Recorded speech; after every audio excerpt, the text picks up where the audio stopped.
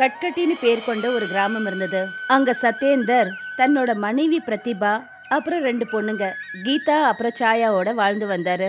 சத்யேந்தர் கிட்ட அவங்க அப்பா விட்டுட்டு போன ஒரு பழைய ஸ்கூட்டர் இருந்தது. அதுல அவரு பசங்களை காலேஜ்ல இருந்து கூட்டிட்டு வர போயிருந்தாரு. காலேஜுக்கு வெளியில சத்யேந்தர் போனாரு. அவருடைய பொண்ணுங்க 2 பேரும் வெளியில காத்துட்டு இருந்தாங்க. அப்பா, இப்ப நாங்க பெரியவங்களாயிட்டோம். நாங்களே வீட்டுக்கு வந்துக்கிறோம்ப்பா. நீங்க வந்து எங்களை கூட்டிட்டு போக வேண்டிய அவசியம் இல்லப்பா. ஆமாப்பா, இப்ப நாங்க காலேஜ் போக ஆரம்பிச்சிட்டோம். நீங்கள் 2 பேரும் எவ்வளோ பெரியவங்களானாலும் என்னை பொறுத்த வரைக்கும் நீங்கள் 2 பேரும் சின்ன குழந்தைங்க தான். வாங்க வந்து ஸ்கூட்டரில் உட்காருங்க. உங்கள் 2 பேரையும் வீட்டில் விட்டுடுறேன். கீதாவும் சாயாவும் ஸ்கூட்டர்ல ஏறி உக்காந்தாங்க. அப்புறம் சத்யேந்தர் அவங்கள வீட்டுல கொண்டு வந்து விட்டாரு.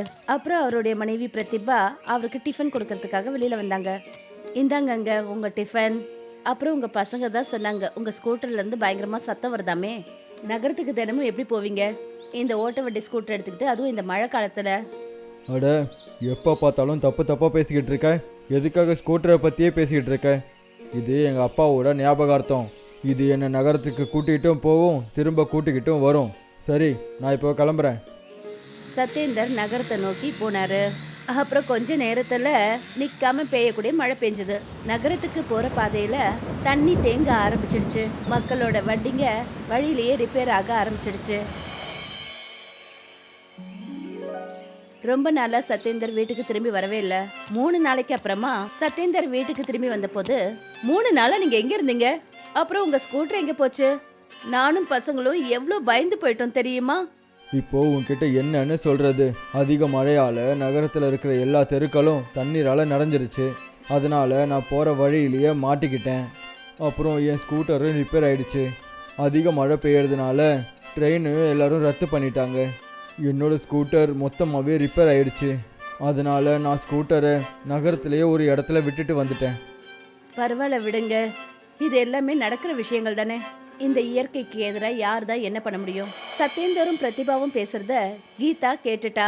அப்புறம் தன்னுடைய தங்கையை கூட்டிக்கிட்டு காட்டு பக்கமா போய்கிட்டு இருந்தா. அக்கா, நீங்க எதுக்கு என்ன இங்க கூட்டிட்டு வந்தீங்க? அப்பாவோட ஸ்கூட்டர் ரிப்பேர் ஆயிடுச்சு. அப்புறம் அவர் வேலை செய்யறது நகர பகுதியில. இந்த மழைனால நகரத்துக்கு போற வழி அப்புறம் ட்ரெயின் எல்லாத்தையுமே நிறுத்திட்டாங்களாம். நாம அப்பாவுக்காக புது ஸ்கூட்டர் வாங்கி ஆகணும். ஆனா நம்மளால எப்படி ஸ்கூட்டர் வாங்க முடியும்?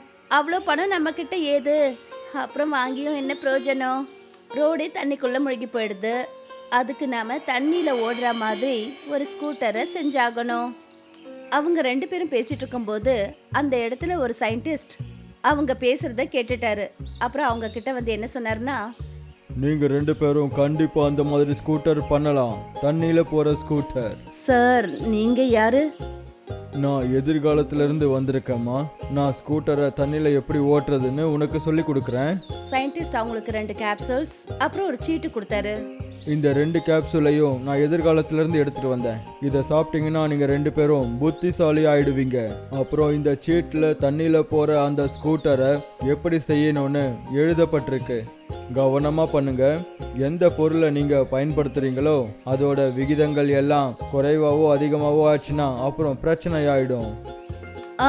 நாங்க கவனமா பண்றோம். உங்களுக்கு ரொம்ப ரொம்ப நன்றி. சரி பசங்களா, நான் கிளம்புறேன். நான் சரியான நேரத்துக்கு திரும்பி போகிறதுக்கான நேரம் வந்துடுச்சு. அந்த சயின்டிஸ்ட் அங்கிருந்து போயிட்டாரு.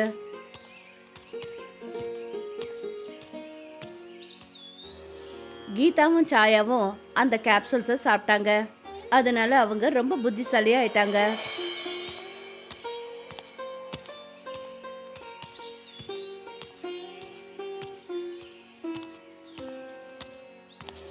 சாயா, நாம இந்த ஸ்கூட்டரை செய்ய ஆரம்பிச்சிட்டோம்.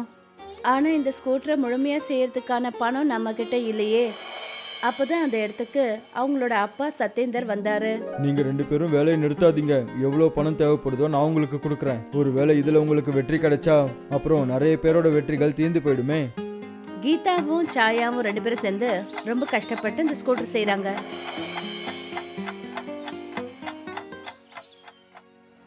சில வாரங்கள்ல அவங்க ஸ்கூட்டரை செஞ்சுட்டாங்க.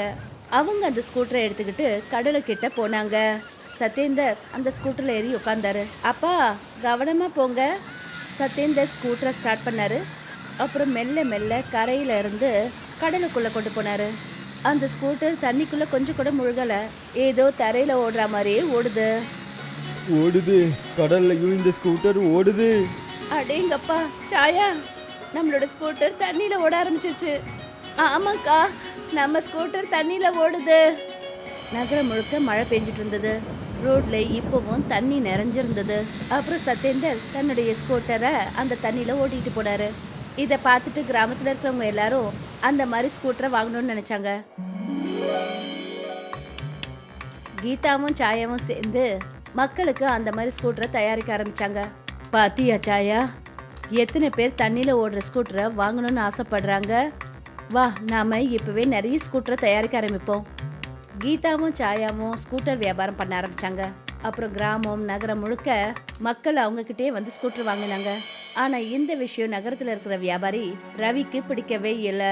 அப்புறம் அவரு தன்னோட வேலைக்காரர் ராஜு கிட்ட என்ன சொன்னார்னா, எப்போ அந்த சத்யேந்தர் ஸ்கூட்டர்காரன் தண்ணியில் போகிற மாதிரியான ஸ்கூட்டரை செஞ்சானோ நம்ம கிட்ட யாரும் ஸ்கூட்டரை வாங்கவே விரும்பலையே. முதலாளி, நான் என்ன கேள்விப்பட்டேன்னா சத்யேந்திர ஸ்கூட்டருக்காரன் அந்த சத்யேந்தருக்கு 2 பொண்ணுங்க இருக்காங்க. அவங்க தான் இந்த தண்ணியில் போகிற ஸ்கூட்டரை செஞ்சுருக்காங்கன்னு சொல்கிறாங்க. அவங்க ரொம்பவே புத்திசாலியான பொண்ணுங்க. நாம் ஏதாவது ஒன்று பண்ணியே ஆகணும், இல்லைன்னா அந்த பொண்ணுங்க நம்ம வியாபாரத்தையே முடிச்சிடுவாங்க. நாம் உடனடியாக ஏதாவது செஞ்சாகணும். அதெல்லாம் சரிதான் முதலாளி, ஆனால் நம்ம எப்படி போகிறது? மழை இவ்வளோ அதிகமாக பெய்யுது. இதனால் தெருக்கள் முழுக்க நிறைய தண்ணி தேங்கி நிற்கிது. உங்கள் வண்டி ரிப்பேர் ஆகிடும் முதலாளி. நான் என்ன சொல்கிறேன்னா சத்யேந்திரனோட ஸ்கூட்டர் வாங்கலாமா? இங்கேருந்து ஓடி போயிடு. ராஜு ரவி 2 பேருமே கிராமத்துல கீதா அப்புறம் சாயாவோட ஃபேக்டரிக்கு வந்தாங்க. நீயே பார்க்குறல்ல ராஜு, இவ்வளோ குறைஞ்ச நேரத்தில் எவ்வளோ பெரிய ஃபேக்ட்ரியை கட்டிட்டாங்கன்னு பார்த்தல. முதலாளி, நம்மளோடதை விட இந்த ஃபேக்ட்ரி கொஞ்சம் தான் சின்னதாக இருக்குது. இன்னும் கொஞ்ச நாளில் நம்ம ஃபேக்ட்ரியை விட இது கண்டிப்பாக பெரிய ஃபேக்ட்ரி ஆகிடும். அட, எப்போவாவது நல்ல வார்த்தையே பேசு ராஜு. சரி முதலாளி, என்னை மன்னிச்சிருங்க. நான் ஏதோ அறிவில்லாமல் பேசிட்டேன். சார், நீங்க? நான் நகரத்தில் ஸ்கூட்டர் விற்கிற வேலையை செஞ்சுக்கிட்டு இருக்கேன். நீங்கள் எப்போலேருந்து இந்த ஸ்கூட்டர் விற்க ஆரம்பிச்சிங்களோ அப்போலேருந்து என்னோட வியாபாரம் மந்தமாக போயிட்டுருக்கு. ஒருவேளை நீங்கள் இந்த ஸ்கூட்டரை விற்கணுன்னா கிராமத்திலேயே விற்றுக்கோங்க. எதுக்காக வந்து நகரத்தில் விற்றுக்கிட்டு இருக்கீங்க? சார், நீங்க என்ன சார் பேசுறீங்க? எங்க ஸ்கூட்டர்னால மக்களுக்கு எவ்வளவு உதவியா இருக்கு தெரியுமா? இப்போ ரோடு வழியா மட்டும் இல்ல, கடல் பாதை வழியா கூட ஜனங்க சீக்கிரமா நகரத்துக்கும் நகரத்துல இருந்து கிராமத்துக்கும் வராங்க. இந்த நல்ல விஷயம் எல்லாருக்குமே பயன்படட்டுமே. இந்த ஸ்கூட்டரை விற்கிறத நிறுத்திக்கோங்க, பாசமாக சொல்கிறேன். அடுத்த தடவை நான் இவ்வளோ நல்லவனாலாம் இருக்க மாட்டேன். வா ராஜு. முதலாளி, இவங்க கிட்ட இருந்து ஒரு ஸ்கூட்டரை நம்ம வாங்குவோம். ரொம்ப கஷ்டப்பட்டு இங்கே வந்திருக்கோம். ஒரு ஸ்கூட்டரை வாங்கிக்கோங்களேன், அப்புறமா அதை திருப்பி கொடுத்துடலாம். டேய் முட்டாள், வாயை மூடு. தாராளமா எடுத்துட்டு போங்க. இங்க எங்க கிட்ட நிறைய ஸ்கூட்டர் நாங்க வச்சிருக்கோம். ரவியும் ராஜுவும் அங்கிருந்து கிளம்பினாங்க. அப்புறம் அவங்களோட ஆபீஸ்க்கு வந்துட்டாங்க. ஏதாவது ஒன்று செஞ்சே ஆகணும், இல்லைனா நாம் 2 பேரும் தெருவுக்கு வந்துடுவோம். அதாவது தண்ணிக்குள்ளே வந்துடுவோன்னு சொல்ல வந்தேன். அப்போ நம்ம தண்ணியில் மாட்டிக்குவோம். முதலாளி, என் கையில் ஒரு பெரிய விஷயம் கிடச்சிருக்கு. இங்கே பாருங்க, இந்த காகிதத்தில் தண்ணியில் போகிற ஸ்கூட்டரை எப்படி செய்யணுன்றது தெளிவாக எழுதியிருக்கு. அவங்க இதை ரொம்ப பத்திரமான இடத்துல வச்சுருந்தாங்க. நான் இதை திருடிட்டேன். அட, நான் மறந்தே போயிட்டேனே. நீ மோசமானவன் மட்டும் இல்லை, ஒரு திருடனும் கூட. சரி, அந்த பேப்பரை கொடு. இனிமே தண்ணியில் போகிற ஸ்கூட்டரை செய்யறதுக்கான வழிமுறை நம்மக்கிட்ட இருக்கு. நாம் அதை இன்னும் சூப்பராக செய்யலாம். ரவி ராஜு 2 பேருமே ஸ்கூட்டர் தயாரிக்க ஆரம்பிச்சாங்க. இங்கே இந்த காகிதத்தில் ஏதோ புவியீர்ப்பை கட்டுப்பாட்டில் வைக்கணும்னு எழுதியிருக்கு. அதை கவனமாக பார்த்துக்கணுமா? அப்படின்னா நீ ஸ்கூட்டரில் புவியீர்ப்பு விசையை அதிகமாக வை. அதுக்கப்புறம் நம்ம வண்டி வேகமாகவும் சூப்பராகவும் தண்ணியில் போகும். சரி முதலாளி, இப்போவே செஞ்சிடுறேன். கொஞ்ச நாள்ல ரவியும் ராஜுவும் ஸ்கூட்டரை தயாரிச்சிட்டாங்க. ராஜு ஸ்கூட்டரோட டயர்ல அதிகமான புவியீர்ப்பு சக்தி சேர்த்தாங்க. எடுத்துக்கோங்க முதலாளி, நம்மளோட சொந்த தண்ணியில் போகிற ஸ்கூட்டர் ரெடி ஆயிடுச்சு. முதலாளி வாங்க, நாம் இதை ஓட்டி பார்க்கலாம். ஓட்டலாம் ராஜு, ஓட்டலாம். கொஞ்சம் பொறுமையாக இரு.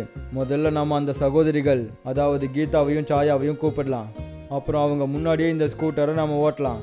அப்புறம் அவங்க கிட்ட நம்மளோட ஸ்கூட்டர் அவங்களோட ஸ்கூட்டரை விட நல்லா இருக்குன்னு சொல்லலாம். ரவி கீதாவையும் சாயாவையும் கடல் கிட்ட வர சொல்லி சொன்னாரு. நீங்கள் 2 பேரும் பார்க்குறீங்கல்ல, இந்த ஸ்கூட்டரும் தண்ணியில் போகும். இல்லை இல்லை, ஓடலாம் செய்யாது, பறக்கும். இது உண்மையிலேயே ரொம்ப நல்ல விஷயம். நான் எதுக்காக உங்கள் 2 பேரையும் இங்கே வர சொன்னேன்னா, நீங்களே உங்கள் கண்களால் நல்லா பாருங்கள். அதாவது எங்கள் ஸ்கூட்டர் உங்கள் சத்யேந்திர ஸ்கூட்டரை விட ரொம்பவே நல்லா இருக்கும். சாயா ரவியோட ஸ்கூட்டரை நல்ல கவனமாக பார்த்துட்டு என்ன சொன்னான்னா, ஒரு நிமிஷம், எனக்கு என்ன தோணுதுன்னா நீங்கள் 2 பேரும் ஸ்கூட்டரோட புவியீர்ப்பு சக்தியை சமநிலையில் வைக்கலன்னு தோணுது. இந்த ஸ்கூட்டர் தண்ணியில் ஓடாது. நீ எதுக்காக இப்படி சொல்கிறேன்னா, நீ ஒரு விஷயத்த விரும்பலை. நாங்கள் இந்த ஸ்கூட்டரை மார்க்கெட்டில் விற்கக்கூடாதுன்னு நினைக்கிறேன். அப்புறம் ஓடுற விஷயம் தானே.